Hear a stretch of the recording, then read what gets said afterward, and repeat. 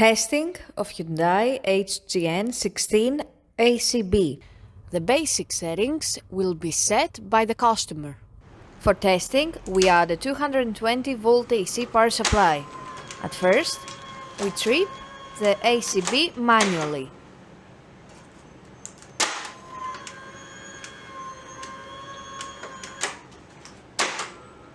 Then, we trip the ACB with the help of the UVT.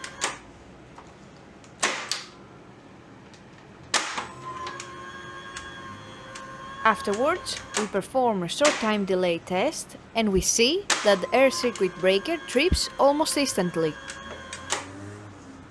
Lastly, we perform a long time delay test and after about 15 seconds, the ACB trips.